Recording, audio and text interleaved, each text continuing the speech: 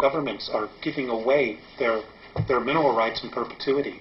The United States government is now in a position to declare a national state of emergency, suspend the Constitution of the United States, and nationalize. And the reason they will have to nationalize is because our debt far exceeds any ability to pay it back. So who are the collectors? What countries are the collectors? It's not a country, it's a group of men. It's a group of human beings. It's a group of human beings. Right. The aliens don't need money. They don't need an American Express card. So if the rest it's a man-made thing. If the rest of us simply say, we're not paying back the debt, that's it, we're starting over, you can forget your whole system, then we can erase that whole thing and start over. That's right. If we had a real president in office, and Kennedy was probably really the last one, what he should do is just go on TV and spill it all out. Surround himself with people that maybe he can trust to protect his life. He should get on television before Congress and all the houses, House of Representatives, in front of everybody, and spend 3 hours and give everybody a real education. Number one, the Federal Reserve is private. Number two, our debt isn't real. Number three, we've gotten ourselves into this big mess because past presidents sold us out for comfort and for money, and apologize. And then what he ought to tell, and just say that I'm nationalizing all the banks under the United States Treasury.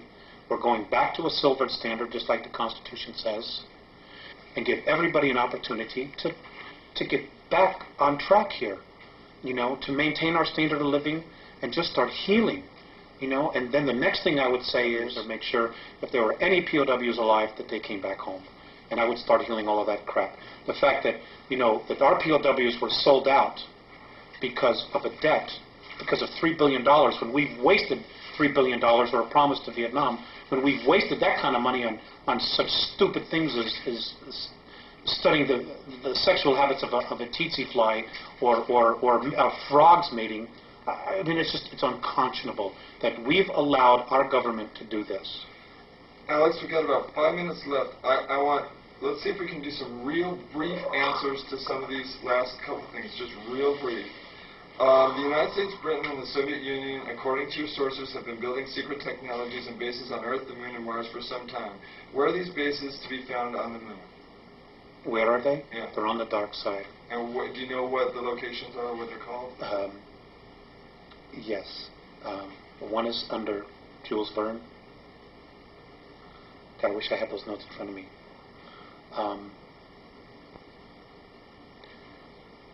Let's come back to that. Okay. Have they told you anything about Area 51 or Dulce, New Mexico? Yeah, there were a lot of stuff there. The actual underground base is not underneath Arcoleta Mesa. It's actually 20 miles to the northwest. That's just an entrance point in and out. This is Area 51? This is in New Mexico, Dulce. Okay. It's not exactly right there. As far as Area 51, yes, there's a lot of stuff that was going on there, but a lot of that has been moved, and it's now in New Mexico, in the Sandia, underneath the Sandia Laboratory. Diego Garcia Island. Diego Garcia Island, there's a base there. Pine Gap. Diego Garcia Island, there's anti-gravity anomalies there, and this is how they were able to blow a lot of equipment into space without using rockets. And then they would have the UFO-type craft, which we built from technology we were given. They would hook a tow chain to it, and like a tow barge, just tow it to the moon. Okay, and you mentioned... And the equipment that's there is run on free energy, stuff that was built that was created in the 1920s, that we've been absolutely not privy to.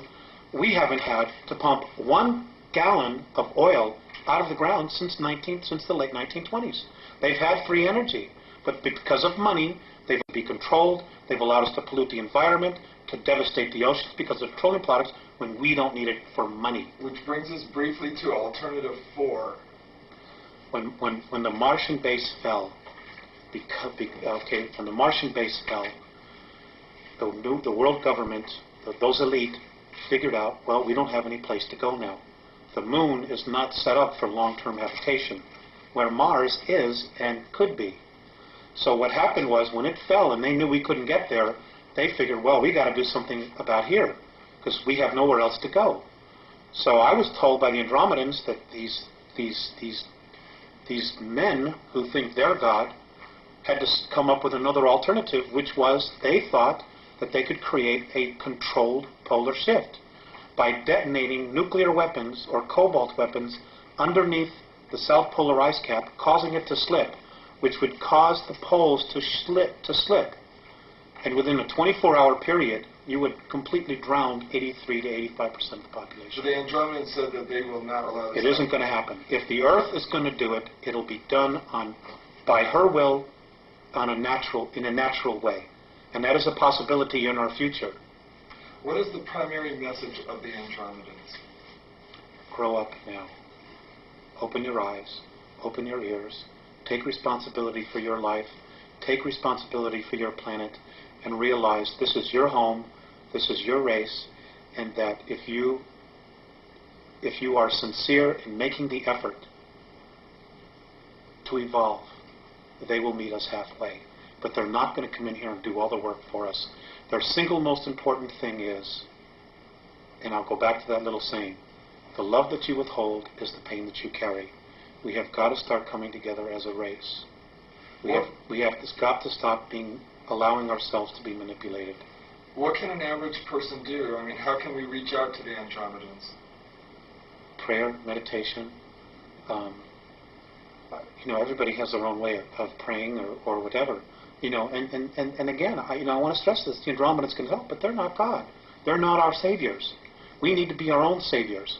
We can ask them for guidance and help, but they're not God. Period. Don't worship them. Don't worship anybody. Worship the God inside of you. What will happen to those human beings who do not make the jump? They'll go somewhere else. And what will happen to those beings who do make the jump after the jump? They'll move into fourth and fifth density. And those of us who survive this incredible ordeal that we're about to really experience will become new teachers, and we'll be able to go to different worlds and teach what we know, and be able to teach other evolving civilizations what not to do and how not to get themselves in trouble. And we have an incredible future if we can get through that. If 10% of the population of the planet can really get it together, it'll create what is called the 100th monkey syndrome. And suddenly 11, 12, 13% people will just start getting it. And it's going to take 10%. That's 500, 600 million people right now. And it starts on an individual basis. The government's not going to tell you. God, we could be in. They're going to play out the second coming. They're going to try to present a savior. They're going to project holographic images in space and say we're here to save you. They're going to do mock battle. They're going to screw with us big time. Sorry, I slipped out that word. And folks, we just got to start paying attention. Don't take anything at face value. Make them prove it. And, whether you believe a word I'm saying, it doesn't matter. If somebody tells you that this is truth, make them prove it. If it's real, it'll stand up to scrutiny. If it isn't, it won't. Because the truth can always stand on its own. It doesn't need help, and it doesn't need lies to stand up. And let's end it there. Thank you for this time. It's been a real honor for me.